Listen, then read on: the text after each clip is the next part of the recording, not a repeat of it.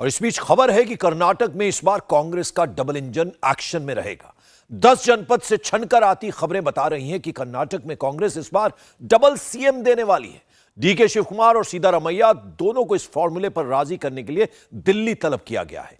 मगर इस फॉर्मूले पर कांग्रेस को क्यों आना पड़ रहा है, इसकी भी बड़ी वजह है। कांग्रेस को इस बार ऑपरेशन लोटस से ज्यादा अपने ही घर की फूट का डर है। हर सूबे में कांग्रेस के अंदर अपने ही बागी बवाल मचाए हुए हैं और कर्नाटक की जीत के बाद कांग्रेस 2024 का मंसूबा बांधने में लगी है। आइए कर्नाटक की जीत से उपजा कांग्रेस का यह डिलेमा समझते हैं।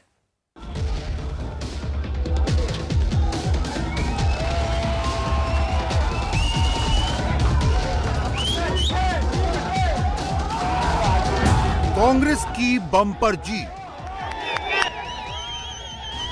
जश्न का जुनूनी माहौल। जब सब थम गया तो अब सवाल है कि अगला सीएम कौन, कांग्रेस का मुख्यमंत्री कौन। दौड़ में फिलहाल दो किरदार, डीके शिवकुमार और सिद्धरामैया। इन दोनों के बीच कौन बनेगा सीएम? कांग्रेस के खेमे से जो खबरें आ रही हैं उनके मुताबिक दोनों की तैयारी भारी है। कर्नाटक में उनकी ताकत का अंदाजा लगाना कोई रॉकेट साइंस नहीं है, मगर दोनों के समर्थकों ने उन्हें अगला सीएम बताने वाले पोस्टर बेंगलुरु में लगा दिए।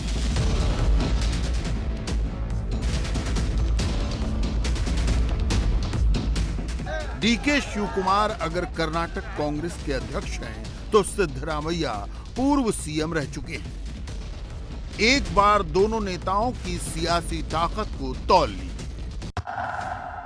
सिद्धरामैया के पास 5 साल का मुख्यमंत्री रहने का अनुभव है, जबकि डीके शिवकुमार की अगुवाई में पार्टी ने चुनाव लड़ा है। सिद्धरामैया 2 बार डिप्टी सीएम भी रह चुके हैं, जबकि डीके शिवकुमार कांग्रेस के ट्रबल शूटर कहे जाते हैं।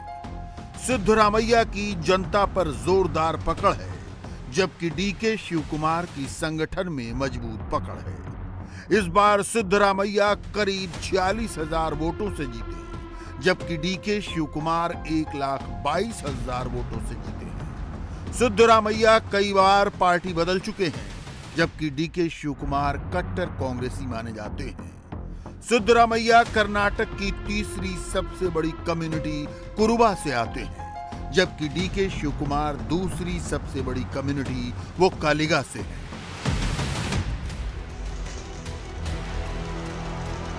कांग्रेस हाईकमान सिद्धरामैया और डीके शिवकुमार दोनों को ही नाराज करने की गलती नहीं कर सकता, लिहाजा फूंक फूंक कर कदम बढ़ा रहा है। बार बार कुछ रटी रटाई बातें दोहराई जा रही हैं।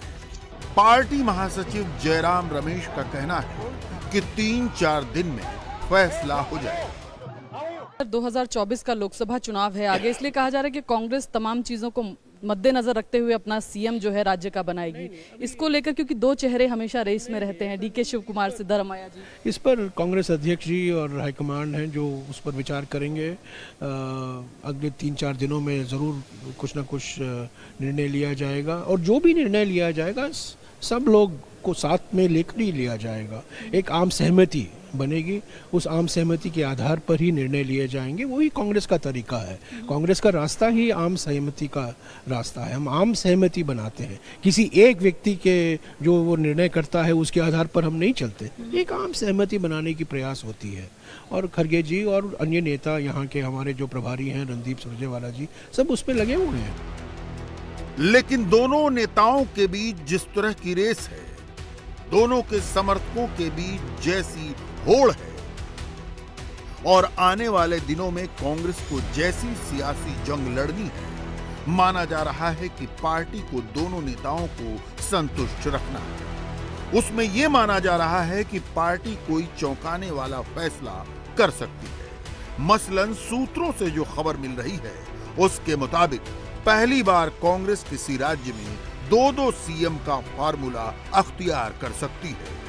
कांग्रेस खेमे से छनकर आ रही खबरों के मुताबिक कांग्रेस कर्नाटक में डीके शिवकुमार और सिद्धरामैया दोनों को बारी बारी से सीएम बना सकती है। 2 साल सिद्धरामैया सीएम रह सकते हैं और उनके बाद 3 साल डीके शिव कुमार सीएम हो सकते हैं। डीके शिव कुमार गांधी परिवार के वफादार हैं, जबकि सिद्धरामैया कर्नाटक की राजनीति में अनुभवी भी हैं और जाति बेस भी बड़ा है। इसलिए पार्टी किसी को नाराज कर कर्नाटक में पंगा नहीं लेना चाहती, क्योंकि कर्नाटक के आगे छत्तीसगढ़, मध्य प्रदेश और राजस्थान के भी चुनाव हैं। मध्य प्रदेश में कमलनाथ वर्सेस सिंधिया के जंग में सूबा हाथ से निकल गया। राजस्थान में सचिन पायलट वर्सेस गहलोत की जंग में आने वाले चुनाव पर संकट मंडरा रहा है।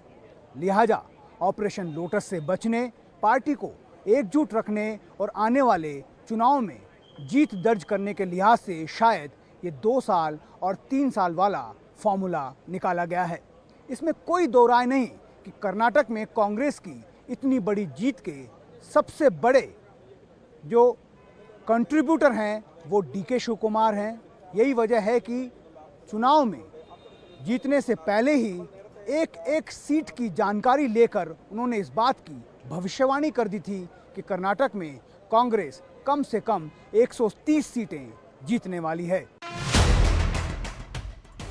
इस बीच मुख्यमंत्री पद के दोनों दावेदारों की अपनी सक्रियता रही।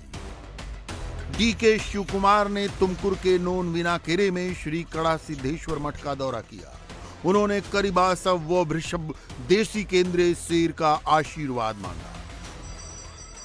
उन्होंने अपने परिवार के साथ श्री करिबासव के मंदिर में एक विशेष पूजा में भी हिस्सा लिया। इस यात्रा के दौरान ही शिव कुमार ने कहा, यह मठ मेरे लिए एक पवित्र स्थान है। स्वामी जी ने हमेशा मेरा मार्गदर्शन किया है। मैंने 134 सीटों की मांग की थी और मुझे उससे अधिक मिली। जब सिद्धरामैया और उनके बीच सीएम पद की होड़ पर बात हुई तो उन्होंने कहा कि मैंने सिद्धरामैया जी को हमेशा सहयोग किया है। मैं पार्टी के लिए किसी बलिदान को हमेशा तैयार हूं।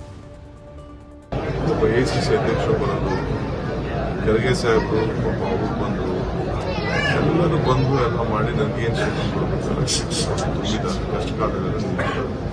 ಆದರೆ ನಾನು ಸ್ವಂತಕ್ಕೆ ಏನು ತಪ್ಪೇನು ನಾನು ಮಾಡಿಲ್ಲ. ಏನೇ ಮಾಡಿದ್ರು ಪಾರ್ಟಿಗೋಸ್ಕರ, ಇವತ್ತು ಏನೇ ಅನುಭವಿಸಿದ್ರು ಪಾರ್ಟಿಗೋಸ್ಕರ. ಹಗಲು ರಾತ್ರಿ ದುಡಿದಿದ್ದೇನೆ, ಎಲ್ಲರನ್ನೂ ಒಟ್ಟು ತೆಗೆದುಕೊಂಡಿದ್ದೇನೆ, ಎಲ್ಲರೂ ಸಹಕಾರ ಕೊಟ್ಟಿದ್ದಾರೆ. ಆ ಸಹಕಾರದಿಂದ ಇವತ್ತು ನಾನು ಎಲ್ಲರ ಶ್ರಮದಿಂದ ಇವತ್ತು ನಮಗೆ ಬಂದಿದೆ. ಎಲ್ಲರೂ ಹೇಳ್ತಾ ಇದ್ರು ನಿನ್ಗೂ ಸಿದ್ದರಾಮಯ್ಯನಗೂ ಡಿಫರೆನ್ಸಸ್ ಇದೊಂದು ಸರಿ ಮಾತಾಡ್ತಾರೆ. जबकि सिद्धरामैया ने पार्टी अध्यक्ष मल्लिकार्जुन खड़गे के घर जाकर उनसे मुलाकात की। इस मुलाकात में दोनों के बीच क्या बात हुई इसका पता तो नहीं चल सका, लेकिन सिद्धरामैया को अपनी दावेदारी पर इतना भरोसा क्यों है इसे भी समझने की जरूरत है। सिद्धरामैया के पास सरकार में रहने का ज्यादा अनुभव है। वो बतौर वित्त मंत्री 13 बार राज्य का बजट पेश कर चुके हैं।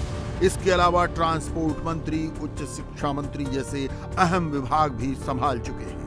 गैर कांग्रेसी और गैर बीजेपी दलों में भी उनकी अच्छी पकड़ है। सिद्धरामैया ने 1983 में लोक दल से राजनीति की शुरुआत की, फिर हेगड़े के जनता दल और देवगौड़ा के जेडीएस में रहे। 2006 में उन्होंने कांग्रेस का दामन थाम लिया। जेडीएस छोड़ने के पीछे की वजह थी देवगौड़ा का बेटे कुमार स्वामी को सीएम की कुर्सी के लिए आगे बढ़ा। बहरहाल सिद्धरामैया से मुलाकात के तत्काल बाद मल्लिकार्जुन खड़गे दिल्ली चले गए। चर्चा है कि दिल्ली में वो सोनिया गांधी और राहुल गांधी से मुलाकात कर सकते हैं। चर्चा तो ये भी है कि इन दो नामों के अलावा 3 डिप्टी सीएम भी बनाए जा सकते हैं। सिद्धरामैया साहब मिलकर गए तो बात हो रही है कि चीफ मिनिस्टर कौन होंगे अगले। सिद्धरामैया साहब आफ्टर चुनाव के बाद साहब को पर्सनली मिल के कंग्रेचुलेट नहीं किए थे। It was just a courtesy call, not a political meet, क्योंकि बहुत सारे एमएलएस भी आए थे। So there is nothing to read in between the lines. तो दोनों के सपोर्टर्स कह रहे हैं कि दोनों जो हैं वो दावेदार हैं। सिद्धरामैया साहब के सपोर्टर्स का अपना आर्गुमेंट है, डीके शिव कुमार साहब के सपोर्टर कह रहे हैं बहुत मेहनत की उन्होंने बतौर प्रदेश अध्यक्ष, तो वो मुख्यमंत्री होने चाहिए। नहीं, ये तो हर एक सपोर्टर बोलेगा। आपका सपोर्टर आपको ही सीएम का देखना चाहता है ना। अल्टीमेटली कांग्रेस लेजिस्लेटिव पार्टी में जो फैसला होगा वो इम्पोर्टेंट रहेगा, और जो ऑब्जर्वर्स आ रहे हैं उनसे क्या बातचीत होगी वो इम्पोर्टेंट है। पर दोनों के बीच में क्या दोनों चाहते होंगे कि मुख्यमंत्री बने? आपको लगता है कोई विवाद वहां से खड़ा हो? नहीं, कोई विवाद नहीं है। दोनों ने बहुत स्पष्ट वाक्यों में कहा है कि जो भी हाईकमांड डिसीजन लेगी उस पर हम टिकेंगे। क्या कोई डेप्यूटी सीएम्स, क्योंकि कहा जा रहा है कि कांग्रेस सभी कास्टों को एक रिप्रेजेंटेशन कैबिनेट में देना चाहती है कर्नाटका की, तो कुछ डेप्यूटी सीएम हो सकते हैं? नहीं, वो सब अभी चर्चा पे नहीं आई है। जो भी है अभी तो कांग्रेस लेजिस्लेटिव पार्टी बैठने दीजिए, उसके बाद ये सब डिसीजन होंगे। पहले मुख्यमंत्री कौन बनेगा, फिर उसके बाद कैबिनेट कैसा बनेगा, वो सब ये स्टेट डिसीजन है। सो हाईकमांड से क्या क्लियरेंस लेना है उस पर हम ज़्यादा जोर डाल रहे हैं अभी। फिलहाल पार्टी ने कर्नाटक के लिए 3 पर्यवेक्षक नियुक्त किए हैं। सुशील कुमार शिंदे, भंवर जितेंद्र सिंह और दीपक बावरिया को बेंगलुरु भेजा गया है। ये तीनों पर्यवेक्षक विधायकों से मुलाकात करके अपनी राय बनाएंगे। हालांकि राय बनाने में कर्नाटक की जातियों का भी खास ख्याल रखा जाएगा। एक बार ये देखना भी दिलचस्प है कि किस जाति के कितने कांग्रेस विधायक चुन कर आए हैं। लिंगायत 39, वोक्कालिगा 21, दलित राइट 11, दलित लेफ्ट 6, दलित बोवी 3, आदिवासी 15, कुरुबा 8, मुस्लिम 9, रेड्डी 4, ब्राह्मण 3, अडिगा 3, भिल्लावा 2, मराठा 2, बंट 1, कोडावा 1, ईसाई 1, जैन 1, लमानी 1, कोरचा 1, बलिजा 1, बेस्टा 1, पिछड़े राजपूत 1, उप्पारा 1। कुल मिलाकर ये जातियों का गणित है और मुख्यमंत्री से लेकर उप मुख्यमंत्री बनाने तक में इस समीकरण का अहम रोल होगा।